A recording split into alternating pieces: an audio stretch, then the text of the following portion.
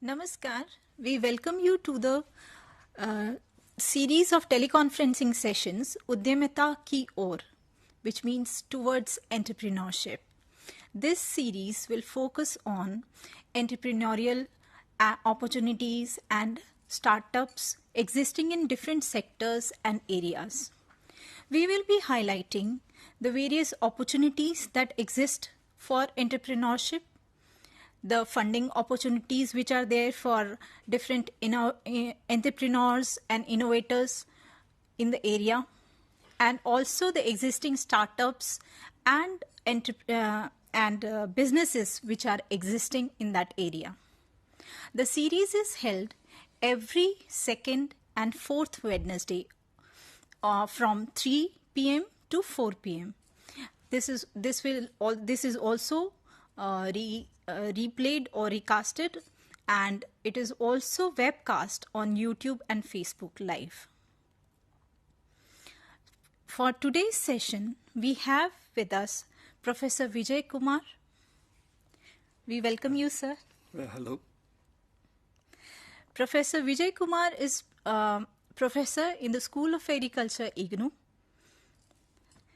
His expertise is in the area of animal husbandry, and he will be talking about entrepreneurship opportunities in poultry sector.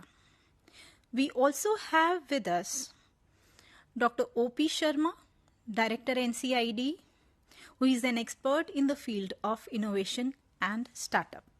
Namaste, sir. As a number of innovations and startups are taking place in the sector of agriculture, we want our students to know about such innovations and startups taking place in the field of poultry sector. मैं professor Vijay Kumar से अनुरोध करूंगी कि हमारे विद्यार्थियों को poultry sector में हो रहे इनोवेशन एंड स्टार्टअप के बारे में बताएं, और ये भी बताएं कि इस क्षेत्र में स्टार्टअप की क्या-क्या संभावनाएं हैं और स्टूडेंट कहाँ से फंडिंग ले सकते हैं, कहाँ से उनको फंडिंग मिल सकती है. तो अपनी चर्चा को शुरू करते हैं. Professor Vijay Kumar sir. धन्यवाद. सभी दर्शकों को मेरा नमस्कार. आप सभी जानते हैं कि हमारा देश कृषि प्रधान देश है और हमारा देश में एग्रीकल्चर एक बहुत इम्पोर्टेंट अहम रोल प्ले कर रही है, बहुत इंडियन इकोनॉमी में और जो फार्मर्स का जो सोशियो इकोनॉमिक स्टेटस है उसके ऊपर. और ये जो सेक्टर है ये लाइफ स्टॉक इंडस्ट्री में एक बहुत बड़ा सेक्टर है.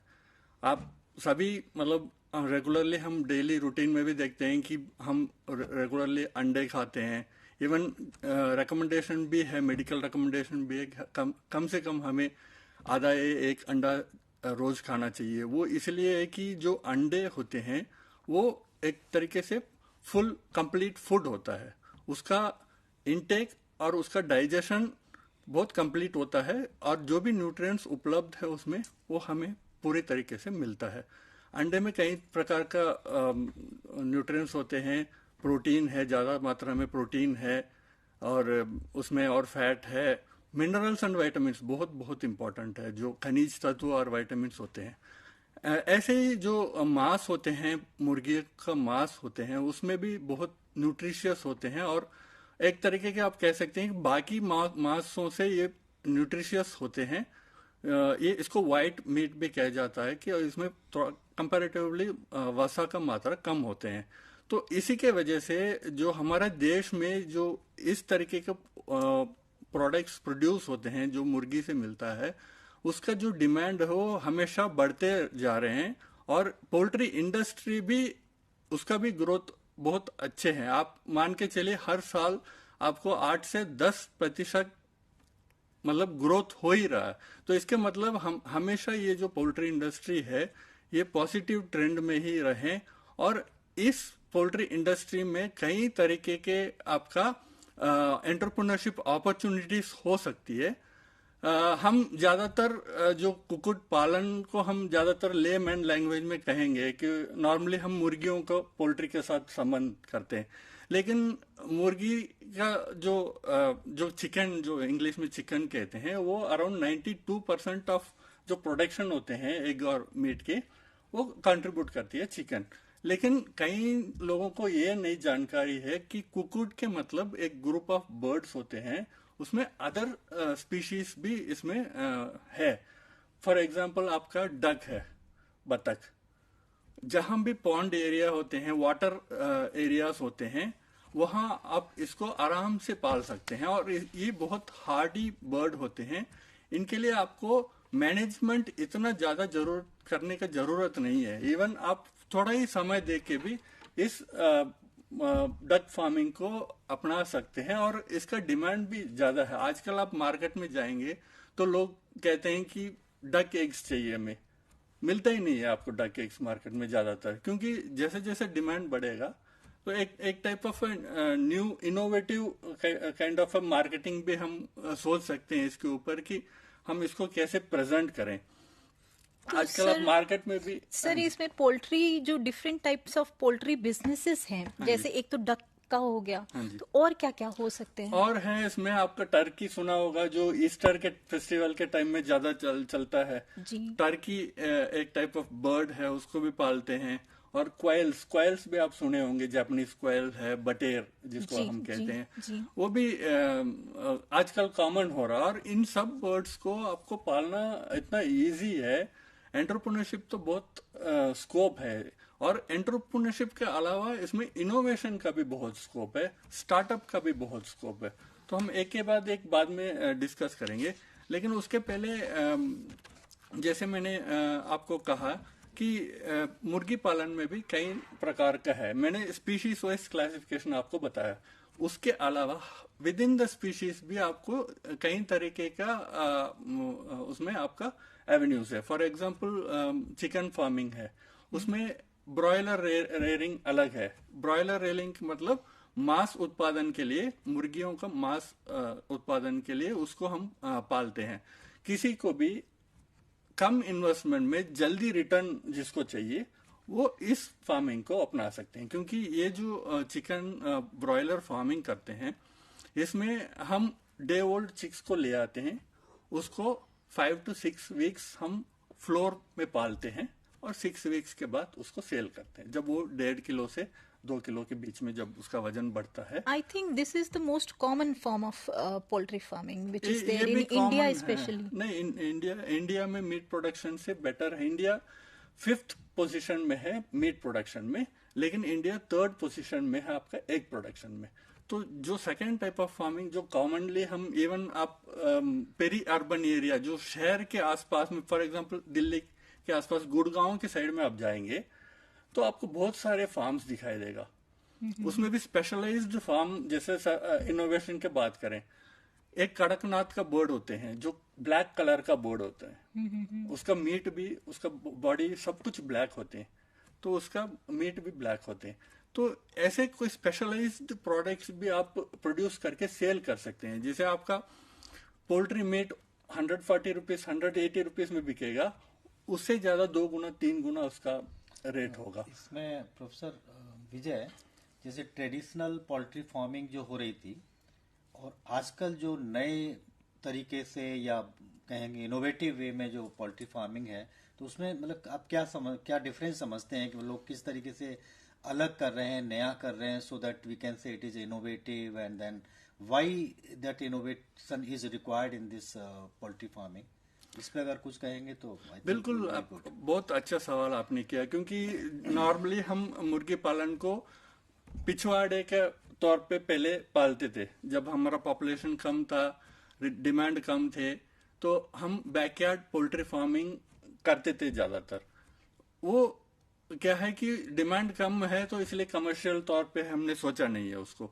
और उस समय जो देसी नस्ल के मुर्गियां होते थे, उसको पिछवाड़ा में रख के पालते थे, और उसके लिए ज्यादा मैनेजमेंट की जरूरत नहीं, क्योंकि वो हार्डी बर्ड होते हैं, उसको बीमारी जल्दी नहीं होते हैं, डिसीज रेसिस्टेंस अच्छे हैं, वो फीड कम खाती है, और जो भी ग्राउंड पे गिरा हुआ ग्रेन का खा के आपको 50 से 60 अंडे साल में देते थे। जैसे जैसे हमारा पॉपुलेशन बढ़ा है और डिमांड बढ़ा है, तो हमें सोचना, कमर्शलाइजेशन के तौर पे सोचना पड़ा। तो हम कमर्शलाइज किए इसको। लेकिन उसमें भी क्या है कि अराउंड साल में 320 एग्स आप प्रोड्यूस कर सकते हैं एक मुर्गी से। तो उसमें भी रिसर्च काफी सारे हुए हैं, न्यू स्ट्रेन्स डेवलप हुए। लेकिन इसमें एक ही प्रॉब्लम क्या है कि जैसे आप प्रोडक्टिविटी बढ़ाएंगे उसमें स्ट्रेस ज्यादा होते हैं बर्ड्स में, तो बीमार होने का चांसेस भी ज्यादा होते हैं। जो हाई यील्डिंग बर्ड्स होते हैं वो जल्दी बीमार हो जाते हैं और इनके लिए बहुत ज्यादा फीड का रिक्वायरमेंट होते हैं, क्योंकि ये ज्यादा फीड खाएंगे तब भी वो ज्यादा प्रोड्यूस करेंगे। तो इसीलिए लेकिन कि एक चीज और देखी है कि जैसे फीड की जहां तक बात कर रहे हैं आप, तो अब तो बहुत सारे इनोवेशन ऐसे भी हो रहे हैं कि जो बहुत nutritious and cost effective feed भी तैयार किए जा रहे हैं। बिल्कुल बिल्कुल। और अगर वो इन फार्मर्स को अवेलेबल कराए जा रहे हैं, तो उस फील्ड में आप क्या सजेस्ट करते हैं कि क्या कोई स्टार्टअप उस फील्ड में हो सकता है? What kind of innovations are possible in that feed, अगर हम न्यूट्रिशियस कॉस्ट इफेक्टिव फीड की बात करते हैं? बिकॉज जब मास स्केल पे प्रोडक्शन हो रहा है, हमें डिमांड ज़्यादा है और उसके हिसाब से सप्लाई को भी हमें पूरा करना है, तो उस कॉन्टेक्स्ट में फीड का भी बहुत इम्पोर्टेंट रोल होता है। बिल्कुल, तो क्या क्या इस फील्ड में हो रहा है आपके पॉइंट ऑफ व्यू से, वो बताएंगे तो अच्छा रहेगा। देखिए, आप जो प्रोडक्शन कॉस्ट होता है, फॉर एग्जांपल आप एक अंडा प्रोड्यूस करने के लिए 1 रुपए आप खर्च करेंगे, तो उसमें लगभग 60 से 70 पैसे फीड में जाता है। तो फीड इंडस्ट्री ये एक बहुत इंपॉर्टेंट इंडस्ट्री है और इसमें एंटरप्रेन्योरशिप और इनोवेशन में बहुत स्कोप है। एंटरप्रेन्योरशिप इसलिए है कि जो छोटा फार्मर्स होते हैं वो नॉर्मली फीड प्लांट अपने पास नहीं रखे हैं, क्योंकि फीड प्लांट का कॉस्ट ही इतना है, फीड प्रोडक्शन का कॉस्ट इतना है कि 500 या 1000 बर्ड्स का जो फार्म जिसके पास है वो अलग से फीड प्लांट मेंटेन नहीं कर पाएंगे। तो इसलिए वो मार्केट से ही फीड लेंगे। और इवन फीड इंडस्ट्री में भी कई तरीके की इनोवेशन आया। पहले आप देखे होंगे कि क्रम्बल, जो ग्रेन्स को मिक्सिंग करके ग्राइंडिंग करके पहले फीड करते थे। उसमें क्या हुआ कि बर्ड्स सेलेक्टिव फीडिंग करना शुरू कर दिया कि जो ग्रेन्स उनको जो पसंद वाला ग्रेन्स है वो खा के बाकी को छोड़ दिया। जैसे एक फीड में कई कई इंग्रेडिएंट्स होते हैं, उसमें ग्रेन्स भी होगा, ब्रांड भी होगा, विटामिन मिनरल मिक्स भी होगा। तो बर्ड्स सेलेक्टिव फीडिंग करना शुरू कर दिया। तो लोगों ने सोचा है उसके ऊपर और उन्होंने एक टाइप ऑफ फीड बनाया, पेलेट फीड। उसमें क्या है कि मिक्सिंग करके उसको एक पेलेट मतलब बुलेट टाइप का फॉर्म में बना दिया। वो एक टाइप ऑफ कंप्लीट फीड है। तो उसमें क्या है कि बर्ड्स को पेलेट को ही पिक करना पड़ेगा ताकि उनका भरपूर न्यूट्रिशन आ पाए। इसके अलावा आजकल जैसे आपने कहा कि यहाँ मैं रुकूंगा कि उन्होंने एक पैलेट की फॉर्म में एक फीड बना दिया, इनोवेटिव एक प्रोडक्ट बना। बिल्कुल, क्या इस प्रोडक्ट को लेकर के वो एक स्टार्टअप के फॉर्म में कन्वर्ट कर सकता है? बिल्कुल स्टार्टअप। क्योंकि देखिए, आपने अगर कोई बहुत इनोवेटिव कोई फीड बना के अगर वहीं तक से छोड़ देते हैं और उसे बहुत लोगों तक नहीं पहुंचाते हैं तो उसका कोई फायदा ज्यादा नहीं होगा। बिल्कुल, लेकिन बिल्कुल। उसको अगर स्टार्टअप में एक बिजनेस में अगर कन्वर्ट करना है तो वहां पे आप क्या सजेस्ट करेंगे उसके लिए? बिल्कुल, फीड प्लांट लगा सकते हैं। पर्टिकुलरली मैंने बोला कि जैसे पेरी अर्बन एरियाज हैं और इवन विलेजेस में भी है, लोगों को फीड मिलना मुश्किल हो रहा है। तो इवन इनोवेशन एक तरीके से मैं ऐसे वाइल्डली सोचूंगा कि इवन आजकल होम डिलीवरी हम फूड करते हैं। हाँ। कौन डिलीवरी करते हैं? फार्मर्स को। फार्मर्स तो इधर उधर भाग के जहां से फीड मिल रहा है वो खरीद के दे रहे हैं।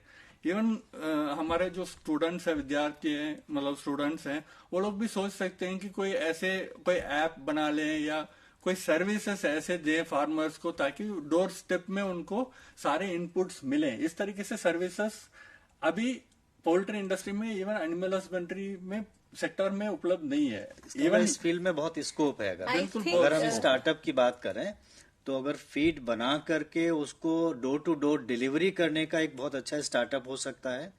अगर किसी ने इस तरीके का कोई प्रोडक्ट बनाया है तो उसको एक मास स्केल पर प्रोडक्शन का एक स्टार्टअप हो सकता है। और ये भी हो सकता है कि जो प्रोड्यूस हो रहे हैं वहाँ पे प्रोडक्ट, चाहे वो मीट का हो या एग्स का हो, डिफरेंट पोल्ट्री फार्म्स में, उनको भी बजाय वो जो ओनर है वो मार्केट तक ले जाए। अगर कोई दूसरा स्टार्टअप कर रहा है और वो वहां से उनके वहां से पिकअप करे और मार्केट में उनकी सप्लाई करे, तो ये भी पॉसिबिलिटी है। हाँ, बहुत अच्छी स्टार्टअप की। मतलब आप एक तरीके का आपने आइडिया बताया कि जैसे मैं फीड डिलीवर करने जा रहा हूँ तो कोई व्हीकल में मैं जाऊंगा फीड डिलीवर करने, मैं जाके फीड डिलीवर किया और उनको बोलूंगा आपका जो प्रोड्यूस है वो हमें दे दो। तो आपका ट्रांसपोर्टेशन चार्ज Cost भी कम बच गया। और फार्मर्स को भी ये है कि मेरा प्रोड्यूस बिक गया, क्योंकि ये जो प्रोड्यूस होते हैं, जो पर्टिकुलरली ये पोल्ट्री प्रोड्यूस है, ये हाईली पेरिशेबल, पेरिशेबल मतलब जल्दी खराब होने का चांसेस है। मीट ले लीजिए, अंडे भी आप 1 हफ्ता रख सकते हैं, 10 दिन रख सकते हैं, उसके बाद उसको यूज करना ही है। तो इसलिए कि फार्मर्स को भी लोड कम पड़ेगा, वो कहीं जाके फीड लेने का जरूरत नहीं है। और इवन जो फीड मैन्युफैक्चरर होते हैं, डिस्ट्रीब्यूटर ही मान के चलिए, जरूरी नहीं है कि आप फीड मैन्युफैक्चर ही करें, आप फीड परचेज करके डिस्ट्रीब्यूट कर लीजिए। सप्लाई चेन में आप एक पार्ट है, क्योंकि पोल्ट्री सप्लाई चेन बहुत बड़ा है।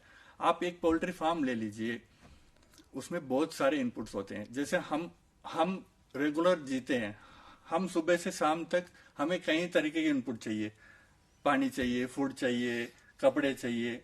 तो इस तरीके से पोल्ट्री फार्म में भी बर्ड्स को, फार्मर्स को बहुत सारे इनपुट्स चाहिए। एक सबसे पहले इनपुट है चिक, जो चूजों कहते हैं जिसको।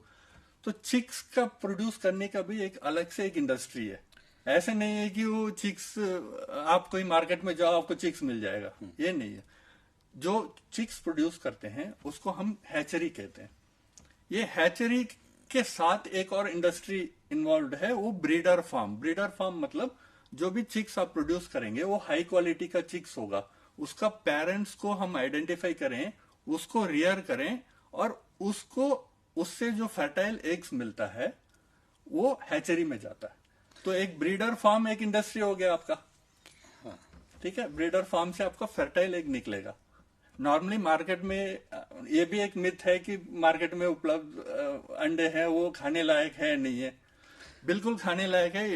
It is non fertile egg. उसमें वो एग आप इस डायरेक्शन में एक एफर्ट ये हो सकता है कि ये जितने भी सारे पोल्ट्री सेक्टर के ये जो इंडस्ट्री है या फार्म्स हैं, उनको कहीं एक प्लेटफॉर्म पर लाने का कोई एक ऐसा कोई इनिशिएटिव लिया जा सकता है, या कुछ होंगे ऐसे भी तो है कहीं, जिनमें के अगर वो प्रोड्यूस कर रहे हैं और हमें पता चल जाए, जैसे आपने कहा कि उनका पता ही नहीं चलता है कि कहाँ पे वो चिप हैं, किसको जरूरत है, तो जहाँ अवेलेबल हैं और जिनको जरूरत है तो वहाँ उस प्लेटफॉर्म के थ्रू एक दूसरे को कनेक्ट भी कर सकते हैं। तो नेटवर्किंग के लिए कोई ऐसी है अभी पॉसिबिलिटी? जो एक्चुअली कुछ जो सर्विस प्रोवाइडर्स होते हैं वो करते हैं, बट ऐसे नहीं कि वो सारे एक साथ इनपुट दे रहे हैं।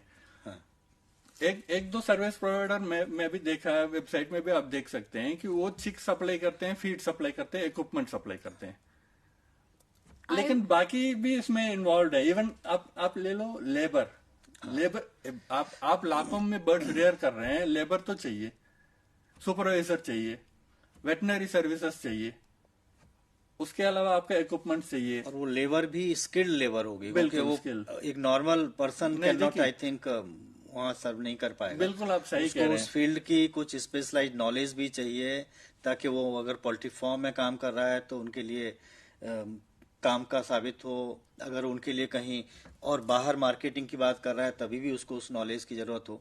तो मुझे ऐसा लग रहा है इस फील्ड में भी कहीं कोई इनिशिएटिव लिया जा सकता है। कोई हमारे जो स्टूडेंट्स हैं वो ऐसा सोचें कि अगर हमें पोल्ट्री फार्म के लिए स्किल्ड लेबर तैयार करनी है, अवेलेबल करानी है, और वो कहीं भी किसी तरीके से कांटेक्ट कर सकते हैं किसी प्लेटफॉर्म के थ्रू, ये एक संभावना हो सकती है। एक बहुत अच्छा स्कोप है, क्योंकि इस दिशा में ज्यादा काम हुआ नहीं है।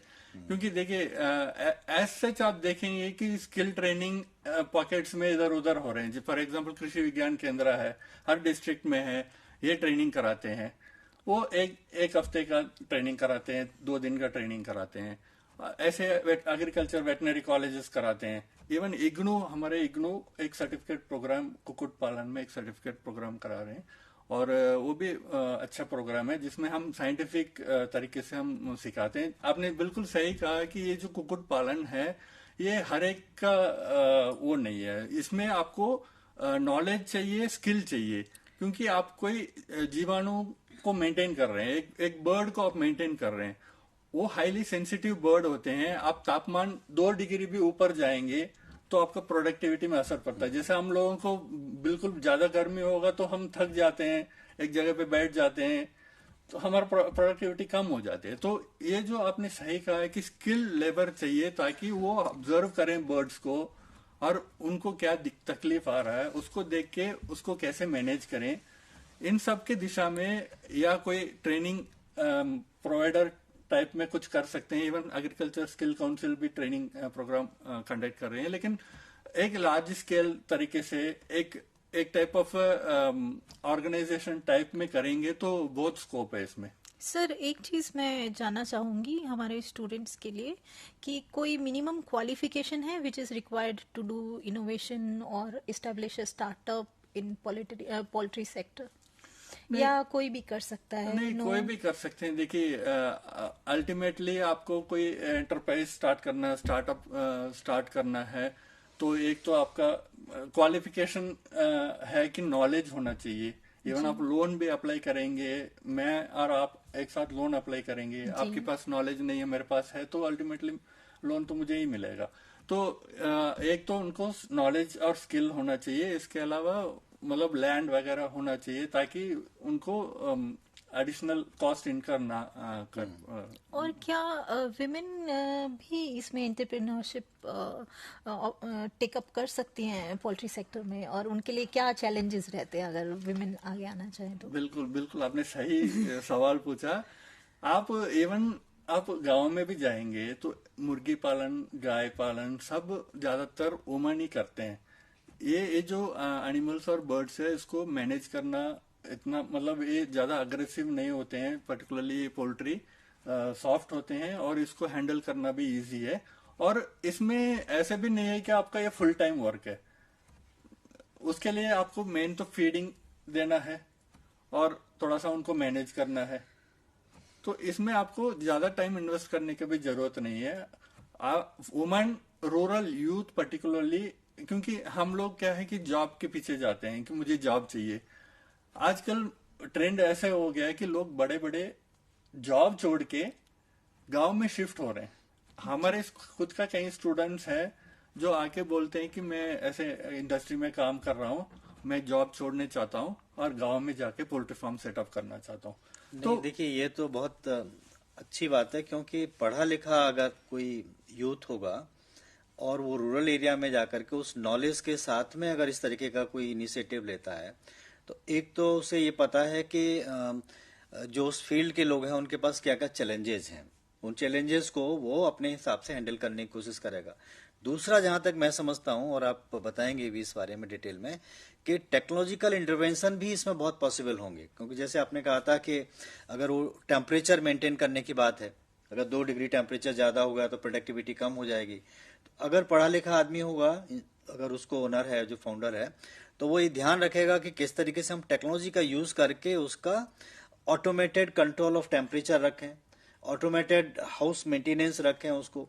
कई बार हाइजीन की बहुत इंपॉर्टेंस होती है इस केस में। हाइजीन यही नहीं कि उनका जो प्रोड्यूस हमें मिल रहा है, हाइजीन उनके जो पोल्ट्रीज हैं, जो आपके बर्ड्स हैं, उनकी भी प्रॉपर हाइजीन रखने के लिए भी आई थिंक, जैसे अगर हम ऑटोमेटेड शावर का सिस्टम करें, क्योंकि उनको साफ सफाई बहुत जरूरी है, तो if we follow this technology, तो वो भी कहीं ना कहीं पोल्ट्री फार्म में बहुत प्रोडक्टिविटी में एनहांस करेगी, एफिशिएंसी बढ़ाएगी, और इस हिसाब से हमें लगेगा जब प्रोडक्शन ज्यादा होगा तो कॉस्ट भी कम होगी।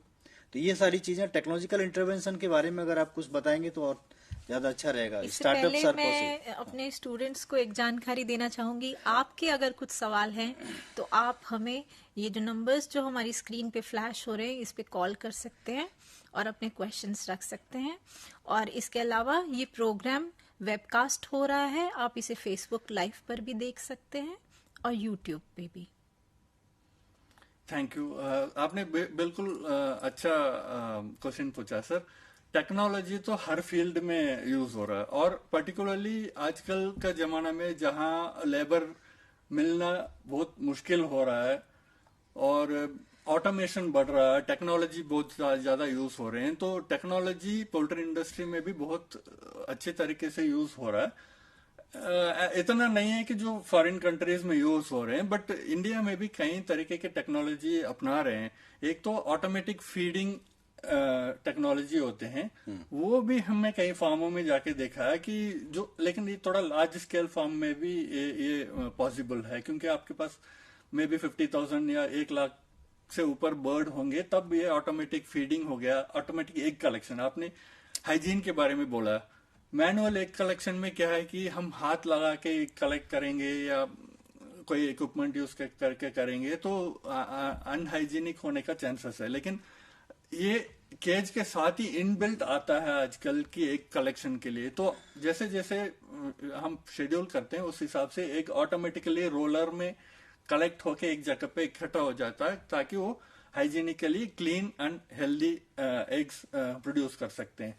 इसके अलावा इंटरनेट ऑफ थिंग्स हो गया, ब्लॉकचेन टेक्नोलॉजी है, इसके अलावा आपका रोबोटिक्स है, ये सब भी सोच सकते हैं, क्योंकि इंडिया में ऐसे जो टेक्नोलॉजी है वो अभी फील्ड में ज्यादा नहीं है।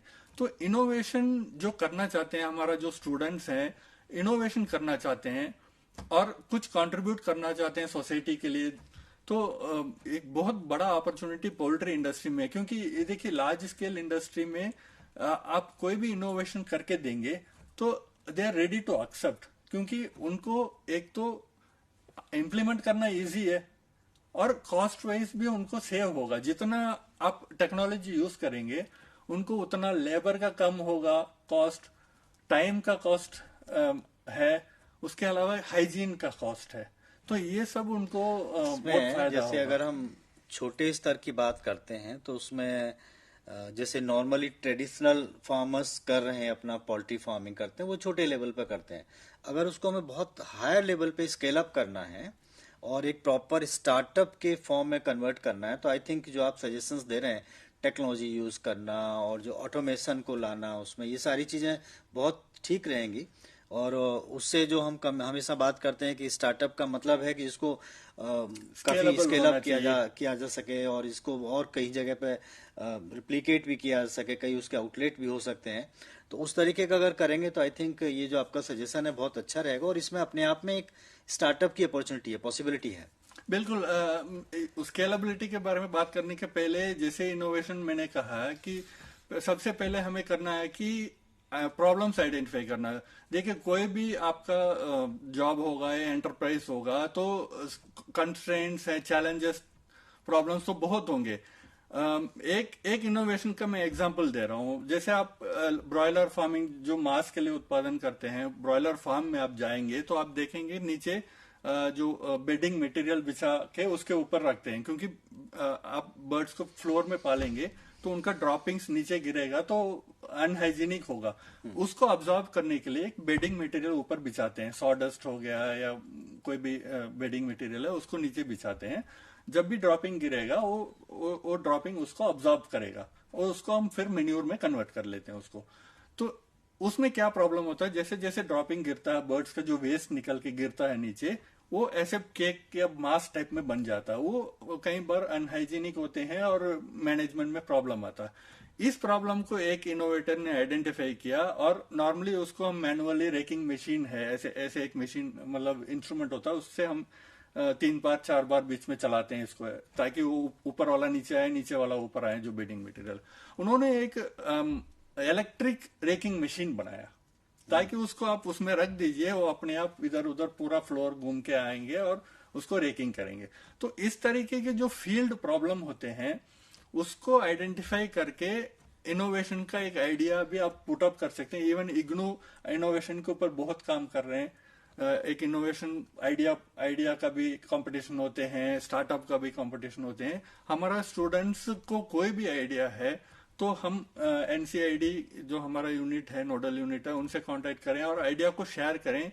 इवन हम लोग यहाँ जो यूनिवर्सिटी में है, हम लोग सपोर्ट भी दे सकते हैं। कोई भी इनोवेटर अपना एंटरप्राइज या इनोवेशन करना चाहते हैं तो हम भी स्टूडेंट्स को सपोर्ट करने के लिए तैयार हैं।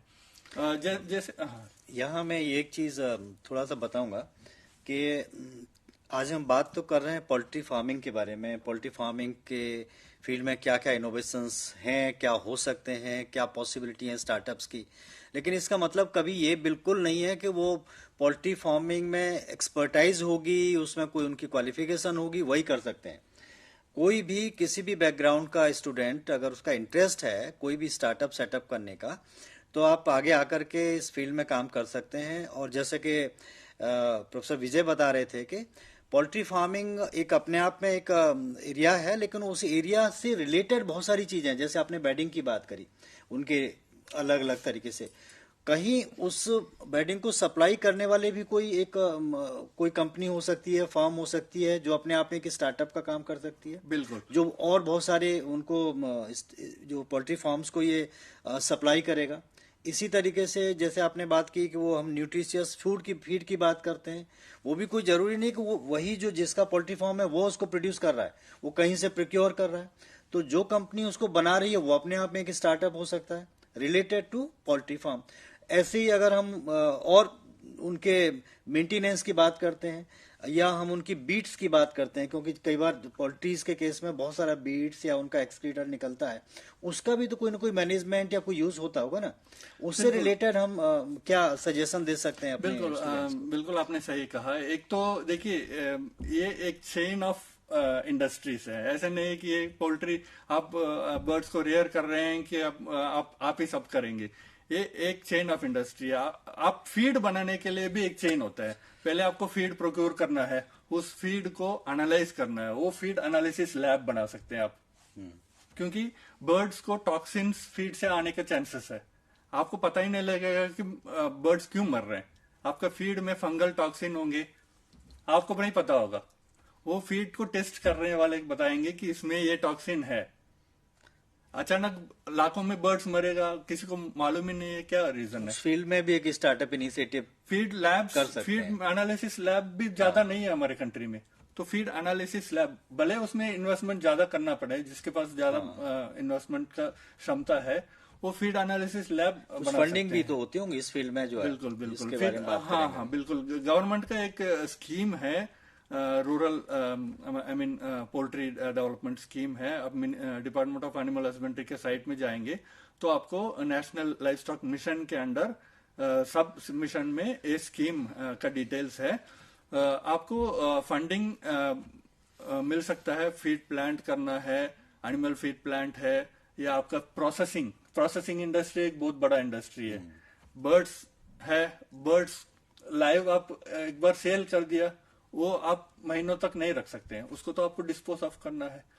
तो 90% तो मार्केट से सेल होता है, लेकिन धीरे धीरे प्रोसेसिंग इंडस्ट्री उभर के आ रहे हैं। उसको हम सनराइज इंडस्ट्री भी कहते हैं, जो फूड प्रोसेसिंग इंडस्ट्री। क्योंकि आपका डिफरेंट तरीके के प्रोडक्ट्स बना सकते हैं। आप एग ले लीजिए, एग में भी कई तरीके के प्रोडक्ट्स बना सकते हैं। एग पिकल हो गया, आपका एग पाउडर है, योग पाउडर है, तो ये दूसरे इंडस्ट्री में यूज होता है।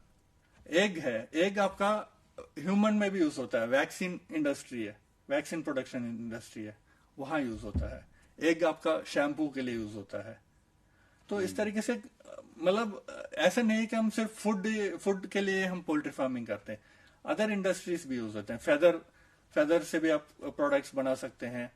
आप पोल्ट्री मेन्यूर से भी आप एग्रीकल्चर फील्ड में यूज कर सकते हैं, ऑर्गेनिक फार्मिंग कर सकते हैं। आजकल ये मिक्सड फार्मिंग का भी एक आ गया है कि डिफरेंट एंटरप्राइज को एक साथ आप रखेंगे तो आपका रिस्क कम हो जाता है। फॉर एग्जांपल आप सिंगल फार्मिंग, स्पेशलाइज फार्मिंग कर रहे हैं, पोल्ट्री फार्मिंग, एक इन्फेक्शन हो गया, पूरा फ्लॉक वाइप आउट हो गया, आपका तो इनकम खत्म हो गया।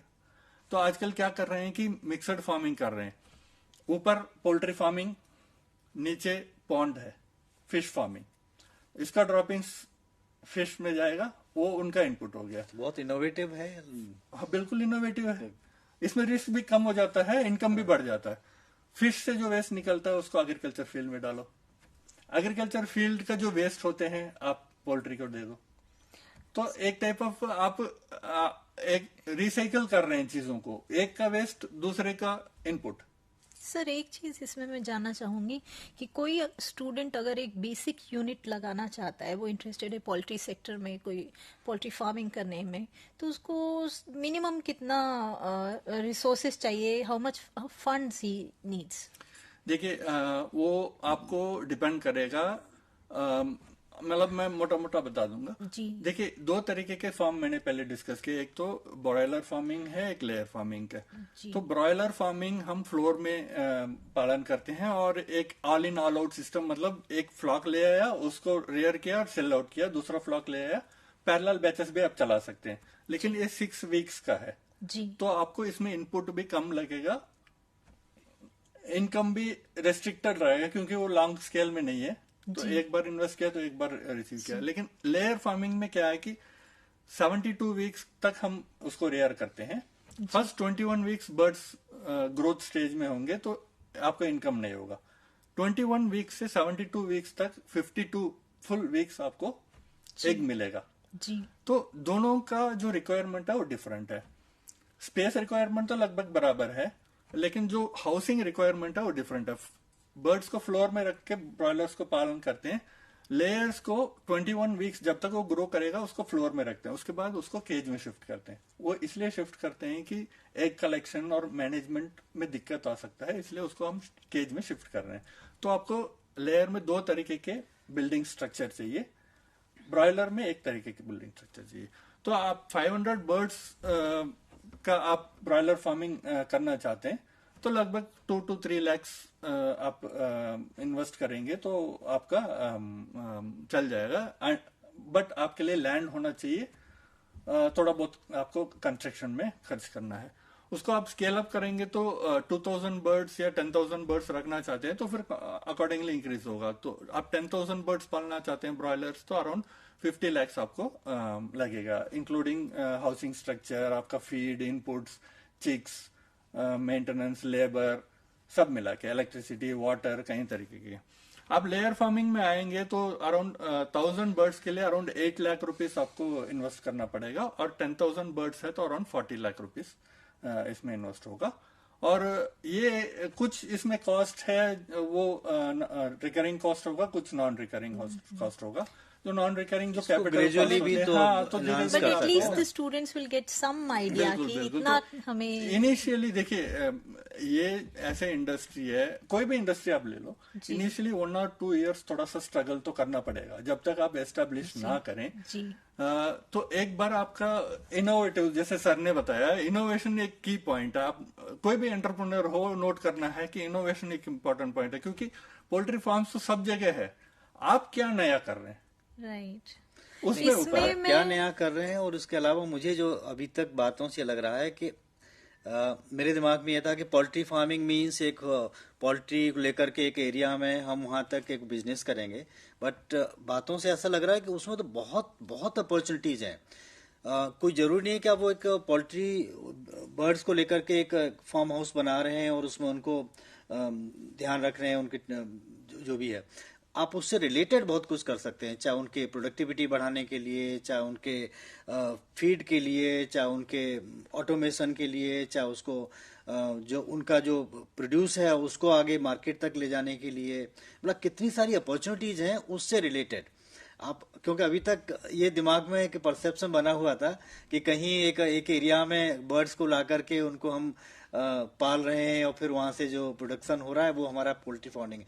लेकिन पोल्ट्री फार्मिंग में तो बहुत बहुत ज्यादा अपॉर्चुनिटीज है, और कोई जरूरी नहीं है कि आप वो प्रॉपर फार्मिंग ही करें, उससे रिलेटेड बहुत सारा काम, चाहे उन फार्मर्स को उन पोल्ट्री फार्म्स को कनेक्ट करने की बात हो, या उनको मार्केट तक पहुंचाने की बात हो, या उनको और किसी तरीके के सपोर्ट देने की बात हो, या इवन उनकी ट्रेनिंग की बात जो आप बात कर रहे हैं, क्योंकि बहुत ज्यादा लेबर की वो स्किल्ड लेबर की जरूरत है।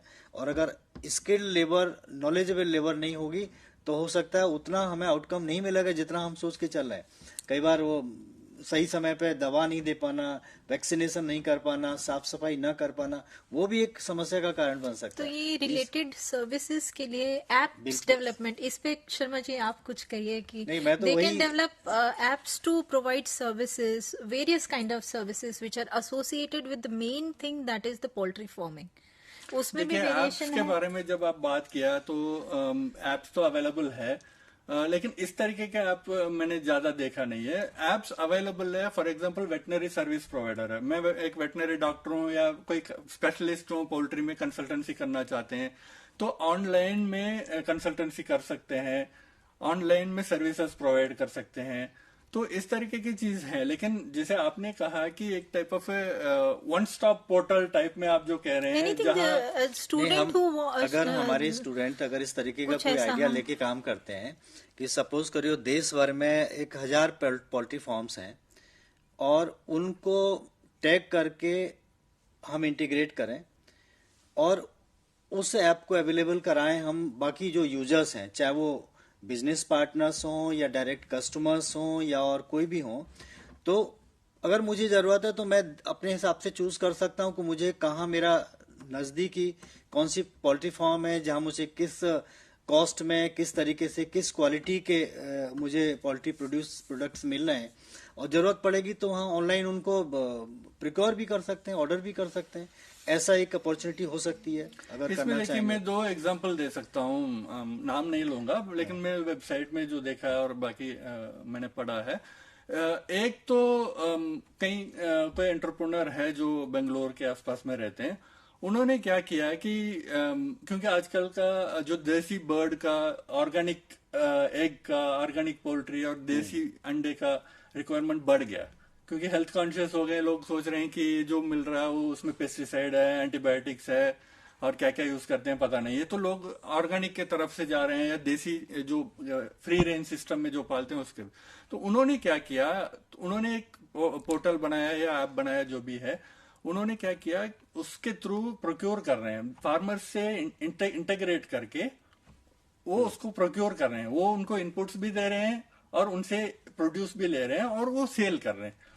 आप सोचिए कि 6 अंडा देसी 175-200 रुपीज में सेल हो रहा है। हम एक ट्रे लेते हैं 24 एग्स का, 30 एग्स का, लेकिन ये सिर्फ ऑर्गेनिक के नाम से, फ्री रेंज एग के नाम से सेल कर रहे हैं। तो एक टाइप ऑफ ये भी इनोवेशन है कि इंटीग्रेट कर रहे हैं। क्वालिटी प्रोडक्ट होगा क्योंकि सब लोग हेल्थ कॉन्शियस हैं, सब चाहते हैं कि हमें अच्छी क्वालिटी का नेचुरल जो न्यूट्रिएंट्स हैं उनको यूज करने के बाद अगर एग्स मिल रहे हैं या मीट मिल रहा है तो सब लोग चाहेंगे। लेकिन यही है कि वो कैसे इंश्योर करेंगे कि वो वास्तव में ऑर्गेनिक है, नेचुरल है। ये चीजें थोड़ी सी क्वेश्चनेबल है, लेकिन फिर भी चूंकि उसका एफर्ट है, जरूरत है लोगों को एक दूसरे के साथ कनेक्ट करके, और उसने एक बनाया, तो ऐसी और भी अपॉर्चुनिटी होंगी। बिल्कुल, ये इसमें और भी opportunity. For example cluster farming एक टाइप ऑफ आइडिया है, जहां मे बी लाइक माइंडेड 8 से 10 लोग कोई पर्टिकुलर टाइप ऑफ फार्मिंग कर रहे हैं,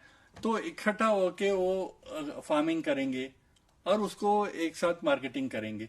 तो एक टाइप ऑफ क्लस्टर अप्रोच है और अच्छा है वो तो। बहुत बढ़िया तरीका है। हाँ, उसी टाइप का है। दूसरा जो आपने कहा कि सारे इनपुट्स एक जगह पे है, मैंने भी एक वेबसाइट देखा है, वो सारे जो इनपुट्स है, ज्यादातर इनपुट्स, सारे नहीं कहूंगा, ज्यादातर इनपुट्स वो पोर्टल के थ्रू कर रहे हैं। मेरे को कोई लेबर चाहिए तो मैं उनको रिक्वेस्ट करूंगा कि मुझे लेबर चाहिए इस लोकेशन पे, ये तो उनके जो डेटाबेस होते हैं उससे वो आपको प्रोवाइड किया। ऐसे ही इनपुट्स, आपको चिक्स चाहिए, फीड चाहिए, तो उन्होंने क्या किया कि एक पोर्टल बनाया जिसमें B2B और B2C दोनों मतलब ऐसे करके उन्होंने एक पोर्टल बनाया और वो कर भी रहे हैं। इवन आप प्रोड्यूस भी परचेस करके सेल कर रहे हैं। तो इस तरीके से आप इनोवेटिव चीज भी सोच सकते हैं। आज इवन आजकल स्पेशलिटी एग्स, स्पेशलिटी प्रोडक्ट्स भी आ गया। आप सोच लीजिए कि ऐसे ऐसे प्रोडक्ट्स आ गया, omega-3 enriched egg, folate enriched egg. तो ऐसे ऐसे माइन्यूट चीजों के ऊपर लोगों को हेल्थ कॉन्शियस आ गया। मुझे omega-3 चाहिए, विटामिन डी कम है, या मेरे को कुछ हेल्थ प्रॉब्लम्स आ रहा है, मिनरल डिफिशियंसी है, न्यूट्रिशनल डिफिशियंसी उसके लिए कुछ अलग तरीके से वो फीड में खास फीड इनको देना होता फीड को ट्विक करते हैं और फीड के हिसाब से जो भी एग्स मिल रहे हैं वो हमें इस तरीके के न्यूट्रिएंट्स के साथ में, इंग्रेडिएंट्स के साथ मिलते हैं। बिल्कुल। तो ये भी अपने आप में एक नई चीज है। और नहीं, आजकल ये ज्यादा हो रहा है। बजाय दवाओं पे जाने के अगर हम नेचुरल तरीके से एग्स और मीट को लेकर के ही, और उसमें वो सारी इंग्रेडिएंट्स अगर हों तो वो तो बहुत अच्छा है। बिल्कुल। और देखिए, आप ज्यादा सोचने की भी जरूरत नहीं है, आइडियाज तो कैसे भी आ सकता है। फॉर एग्जांपल, मैं एग कलेक्ट कर रहा हूँ फार्म से, डिफरेंट साइज का एग आएगा। जो इनिशियली एग प्रोड्यूस करती है, जो 21 वीक्स वाले प्रोड्यूस करेगा, वो थोड़ा छोटा एग्स होते हैं। जो अडल्ट बर्ड होते हैं उसका बड़ा एग्स होते हैं। आप सिर्फ उसको साइज के हिसाब से ग्रेडिंग करो उसका रेट अलग है। आप same size egg, clean eggs का रेट अलग है। आप जहां से ट्रे लेते हैं, बाहर से लेते हैं, उसमें सब तरीके के अंडे होते हैं, उसका रेट अलग है। तो आप इवन छोटा सा ऐसे ट्विकिंग करके भी, आप इनोवेट करके भी आप मार्केटिंग कर सकते हैं प्रोड्यूस को। सर, आप कुछ ऐसे सक्सेसफुल स्टार्टअप्स जो इस सेक्टर में हैं वो थोड़ा सा हाईलाइट करेंगे, बताना चाहेंगे कुछ उनके तो बारे मैंने में? आपको बता दिया। जी, एक जी, तो जो जी, ऑर्गेनिक एग है, जी, ये इन्होंने क्या किया कि लोकली अवेलेबल 10 फार्मर्स से इंटीग्रेट करके वो धीरे धीरे एक्सपेंड भी कर रहे हैं अपने। तो उन्होंने एक पोर्टल बनाया, उसमें वो देसी रूरल एग्स करके वो उसको सेल कर रहे हैं। और दूसरा है एक और एंटरप्राइज मैं कह सकता हूँ कि वो कॉन्ट्रैक्ट फार्मिंग टाइप में कर रहे हैं। फॉर एग्जांपल कॉन्ट्रैक्ट फार्मिंग के मतलब ये कॉमन है पोल्ट्री में। तो मेरे पास रिसोर्सेस है, मेरे पास चिक्स है, मेरे पास फीड है, मेरे पास मेडिसिन है, वेटनरी सर्विसेज है। मेरे पास एज सच फार्म नहीं है। मैं फार्मर्स को सारे इनपुट्स दे रहा हूं और उनको बोल रहा हूं आप इसको मेंटेन करके मुझे सिर्फ प्रोड्यूस दे दो। पर बर्ड पर एग के हिसाब से मैं आपका पेमेंट करूंगा। ये तो देखिए एक तरीके से नॉलेज का और रिसोर्सेज का बहुत अच्छा इंटीग्रेशन हो गया, क्योंकि अगर हम फार्मर तो की बात फार्मर्स करते का हैं ये रिस्क नहीं उनको रहता उस है तरीके कि का नॉलेज नहीं है। अगर कोई नॉलेजेबल पढ़ा लिखा आदमी है जिसके पास नॉलेज है और वो फार्मर की जमीन को यूज करके करता है, तो ये तो एक बहुत अच्छी अप्रोच है। दोनों का फायदा है। बिल्कुल। एक दोनों का फायदा है, रिसोर्सेज की भी एक सही यूटिलाइजेशन हो गया, और दूसरा ये भी होगा कि इसमें कॉस्ट का भी जरूर फर्क पड़ेगा, क्योंकि अदरवाइज जो कम नॉलेज के साथ में अगर उस तरीके का कोई काम करता है तो वहीं वेस्टेज की भी पॉसिबिलिटी है ज्यादा। कहीं उसको लग रहा है कि अगर फीड्स ही देने हैं तो वो प्रॉपर ना दे करके एक दूसरे तरीके से जो उनको दे रहा है वो भी नुकसान कर सकते हैं। तो ये तो एक अच्छी अप्रोच है। बिल्कुल। और तीसरा मैंने आपको बताया कि जो रेकिंग मशीन है वो भी एक प्रोड्यूस कर रहा है। इलेक्ट्रिक रेकिंग मशीन उन्होंने बनाया, वो उसको सेल कर रहा है। एक और जो जैसे सर ने कहा टेक्नोलॉजी यूज, तो एक और एंटरप्राइज मैंने साउथ इंडिया में देखा, कोयम्बतूर का एक एंटरप्राइज है।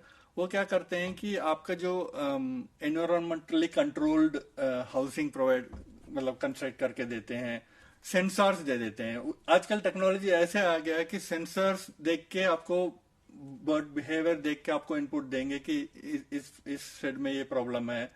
तो इस तरीके से टेम्परेचर चेंज होगा तो आपको मैसेज आएगा कि इस रूम में टेम्परेचर बढ़ गया। क्योंकि देखिए बर्ड्स जब आप रियर करेंगे तो बॉडी हीट रिलीज होगा, उसमें से गैसेस, अमोनिया गैस रिलीज होगा। तो आपको टेम्परेचर वेंटिलेशन ठीक से होना चाहिए, टेम्परेचर मेंटेन करना जरूरी होता है। तो इस तरीके से इवन सेंसर्स देते हैं, रोबोटिक्स यूज करते हैं, ब्लॉकचेन टेक्नोलॉजी यूज कर रहे हैं। तो इसी तरीके से जो चीजें, इवन ऑटोमेटिक फीडिंग भी टेक्नोलॉजी बेस्ड है। आप ऐसे फिक्स कर सकते हैं कि 2 बजे बर्ड्स को फीड देना है तो ऑटोमेटिकली ऑन होगा फीडिंग मशीन, तो फीड डालते जाएंगे। तो इस तरीके से भी आप ऑटोमेशन कर सकते हैं। इसका भी सर्विस प्रोवाइडर अवेलेबल है, लेकिन ज्यादा नहीं है, धीरे धीरे हो रहा है। जैसे जैसे ग्रो होगा बिल्कुल सेक्टर और उसमें स्टार्टअप्स ज्यादा होंगे तो नेचुरली वो जिस तरीके ये जो सर्विस प्रोवाइडर है उनकी डिमांड भी ज्यादा बढ़ेगी। बिल्कुल। और जब उनकी डिमांड बढ़ेगी तो फिर दोनों को फायदा होगा। बिल्कुल।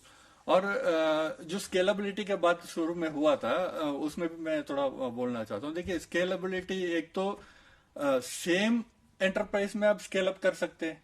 जैसे मैं ब्रॉयलर फार्मिंग करना चाहता हूं तो मेरे पास 10,000 बर्ड है, मेरे पास एक्सपीरियंस है। क्योंकि आप जब स्केल अप करेंगे ना, आपके पास एक्सपीरियंस होना चाहिए, रिस्क हैंडल करने का आपके पास कॉन्फिडेंस होना चाहिए, और आपका इंफ्रास्ट्रक्चर और फाइनेंस होना चाहिए, तब आप स्केल अप करिए।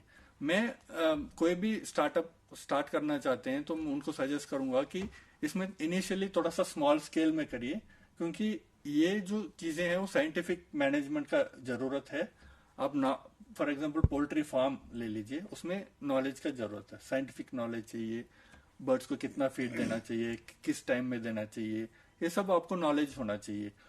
और साइंटिफिक नॉलेज एक बार इम्प्लीमेंट करके आप करेंगे तो उसके बाद आपका एक्सपीरियंस आएगा तो आप स्केल अप कर सकते हैं।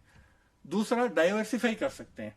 आपके पास चिकन फार्मिंग है, आप कोई और फार्मिंग साथ में ले सकते हैं। मैंने बोला फिश फार्मिंग, या आप साथ में कुछ और बर्ड्स ले सकते हैं, टर्की, उस तरीके से ले सकते हैं, या आपके प्रोड्यूस को आप प्रोसेस करके दे सकते हैं। ये एक टाइप ऑफ स्केलेबिलिटी है। तो सेम एंटरप्राइज का स्केल अप कर सकते हैं या आप डाइवर्सिफाई कर सकते हैं। अच्छा, इस फील्ड में जैसे दो इस स्टेज की बात हमने करी। एक तो है कि शुरुआत आप कर सकते हैं छोटे लेवल पे, चाहे वो अपने रिसोर्सेज से करें या लोन भी ले सकते हैं, सब्सिडी भी मिलता है, और फिर उसको आप स्केल अप कर सकते हैं। और इन सब में फाइनेंस की तो जरूरत पड़ती है। तो आपके फील्ड में पर्टिकुलरली इस दोनों स्टेज पे कहाँ से क्या क्या फंडिंग हो सकती है, उसमें अगर बताएंगे, क्योंकि अगर किसी को शुरुआत करनी है छोटे लेवल पे तो पोल्ट्री फार्मिंग के लिए जो फंडिंग अपॉर्चुनिटीज हैं उनके बारे में बताइए।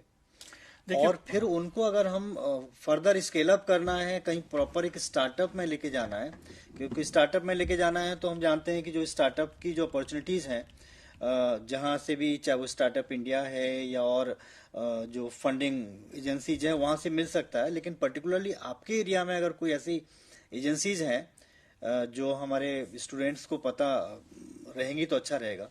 तो देखिए, एक तो सेंट्रल गवर्नमेंट स्कीम है, जैसे मैंने पहले कहा, नेशनल लाइव स्टॉक मिशन के अंदर सब मिशन है रूरल पोल्ट्री एंटरप्राइज प्रोग्राम। इसमें एक फार्म एस्टेब्लिश करने के लिए फंडिंग करते हैं, इसमें सब्सिडी भी होते हैं। इसके साथ आप जो भी बैंक्स होते हैं उससे आप लोन ले सकते हैं, जो पब्लिक सेक्टर बैंक्स होते हैं उनसे आप लोन मिल सकते हैं। और आपके पास थोड़ा बहुत मार्जिन मनी तो होना चाहिए। 10% तो नॉर्मली मार्जिन मनी कहते हैं, जो आप खुद इन्वेस्ट करेंगे। बाकी 90% आप लोन और सब्सिडी से ले सकते हैं।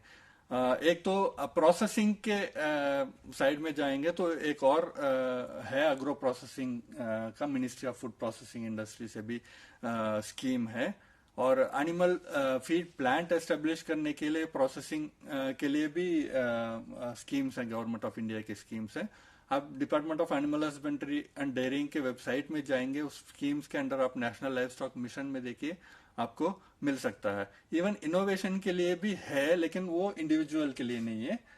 इनोवेशन के लिए इंस्टीट्यूट या ऑर्गेनाइजेशन को भी मिलता है। मैं इंडिविजुअल का बात कर रहा हूँ, इसलिए मैंने उसमें टच नहीं किया।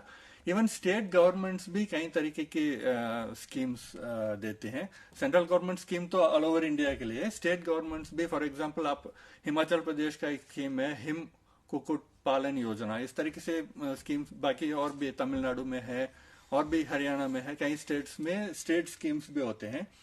उसके तो इवन कई स्टेट्स में फ्री में बर्ड्स भी डिस्ट्रीब्यूट करके फार्मर्स को हेल्प करते हैं, फ्री बर्ड्स डिस्ट्रीब्यूट करते हैं, फीड वगैरह डिस्ट्रीब्यूट करते हैं। तो वो स्टेट टू स्टेट आपको वेरी करेगा। इसके अलावा आपका ऐसे ग्रुप आपके पास है तो फिर एक स्कीम है ministry of small micro enterprise का, एस्पायर स्कीम है। उसमें भी एक टाइप ऑफ आप इंक्यूबेटर, लाइवलीहुड इंक्यूबेटर बना सकते हैं, और इंक्यूबेटर बना के लोगों को आप ट्रेनिंग देके, स्किल डेवलपमेंट करके एक एंटरप्राइज एस्टेब्लिश करने का भी आप कर सकते हैं। ऐसे ग्रुप या ऑर्गेनाइजेशन ग्रुप ऑफ कोई जैसे एनजीओ है या सेल्फ हेल्प ग्रुप टाइप का है, तो इस तरीके के लोग मान लो हमारे कुछ स्टूडेंट्स हैं, 4-5 मिलकर के ग्रुप बनाते हैं, हाँ, तो क्या वो इस पे रजिस्टर्ड एस्टेब्लिशमेंट होना चाहिए। ऐसा नहीं कि वो किसी को भी दे दें, क्योंकि ये थोड़ा सा बड़ा चीज है ये। और बाकी आपका बैंक से भी आपको लोन मिल सकता है, जो बोला है। और दूसरा एक स्टैंड अप इंडिया करके एक स्कीम है मिनिस्ट्री ऑफ फाइनेंस। इसमें जो SC ST और वुमेन एंटरप्रेन्योर्स हैं, इनके लिए भी एक स्टार्टअप स्कीम, बेसिकली उनको मतलब डेवलप करने, सोशियो इकोनॉमिक डेवलपमेंट के लिए MSME ने मतलब मिनिस्ट्री ऑफ फाइनेंस ने एक स्कीम लॉन्च किया है। इसमें क्या है कि 1 SC ST and 1 woman entrepreneur पर ब्रांच इस स्कीम के अंडर लोन प्रोवाइड किया जाता है।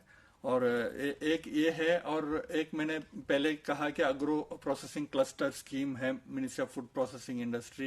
ये बेसिकली प्रोसेसिंग करने के लिए, प्लांट लगाने के लिए एक स्कीम है। बस ये स्कीम्स हैं। तो इस तरफ से काफी, मतलब अगर हम देखें कि फंडिंग अपॉर्चुनिटीज भी बहुत हैं और Startup इनोवेशन India और का भी scheme है एंटरप्रेन्योरशिप आपका। की अपॉर्चुनिटी बहुत है। केवल क्यों हम ये मान के न चलें कि केवल वो एक पोल्ट्री फार्म वाला एक कॉन्सेप्ट है, वही नहीं है, उससे रिलेटेड तो बहुत बहुत कुछ लग रहा है कि जहाँ इतना सारा अपॉर्चुनिटीज हैं इनोवेशन और स्टार्टअप की।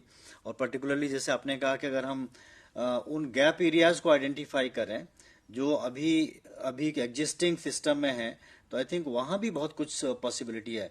चाहे वो अच्छे सप्लाई क्वालिटी का चेन एक सप्लाई चेन पॉसिबिलिटी एक है, बहुत अच्छा एक अपॉर्चुनिटी यूज ऑफ है। अगर हम टेक्नोलॉजी एक जो अपॉर्चुनिटी है। टेक्नोलॉजी है, बिल्कुल। सप्लाई चेन तो उनके जो उनको इनपुट देने में भी हो सकती है और उनके प्रोड्यूस को बाहर तक ले जाने में भी हो सकती है, डिस्ट्रीब्यूशन में, एक्सपोर्ट में भी हो सकता है, और बाकी क्वालिटी मेंटेन करने में, और वहाँ ऑटोमेशन के जो जो जो आपके पोल्ट्री फार्म्स हैं उनमें ऑटोमेशन सिस्टम लगाने के लिए भी एक आपका पॉसिबिलिटी है ना। Technological even education, training education, तो इसका मतलब ऐसा लग रहा है कि पोल्ट्री फार्म में तो इनोवेशन और स्टार्टअप की बहुत सारी अपॉर्चुनिटीज हैं और फंडिंग भी बहुत ज्यादा है। फंडिंग के आपने मुझे लग रहा है 10 से ज्यादा एजेंसीज के नाम गिनाए जहां से फंडिंग मिल सकती है। और मैं जहां तक समझता हूं जहां जहां से एग्रीकल्चरल फील्ड की फंडिंग होती होगी वहां सब जगह आपके इस पोल्ट्री फार्म और रिलेटेड इंडस्ट्री को भी सपोर्ट मिलने की उम्मीद रहेगी। बिल्कुल बिल्कुल। एग्रीकल्चर के लिए तो गवर्नमेंट का सपोर्ट है, उसके लिए तो बहुत बड़ा है ना वो तो। देखिए पोल्ट्री फार्मिंग एक अपॉर्चुनिटी है, डबलिंग फार्मर्स इनकम जब हम बात करते हैं तो ये एक बहुत अच्छा एरिया डबलिंग फार्मर्स इनकम के लिए।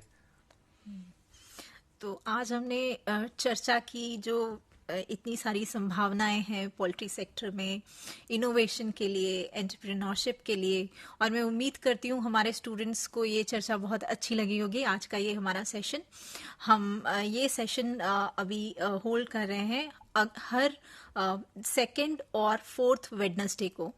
तो अब ये फोर्थ वेडनेसडे को दोबारा ये सेशन होगा, और आज का ये सेशन मैं बताना चाहती हूँ अपने स्टूडेंट्स को कि दोबारा से टेलीकास्ट किया जाएगा रात में 8 बजे से लेकर 9 बजे तक ज्ञान दर्शन पर। और आप इसको देख सकते हैं, रिकॉर्डेड वीडियो भी देख सकते हैं यूट्यूब चैनल पर, EMPC के यूट्यूब चैनल पर ये अवेलेबल रहेगा। You can view it any time at your convenience. So I thank you all for being with us, and you can also send your queries to us, and we will be very happy to help you out with your ideas, business ideas in this area. Thank you so much, and join you in the next session. Thank you. Thank you.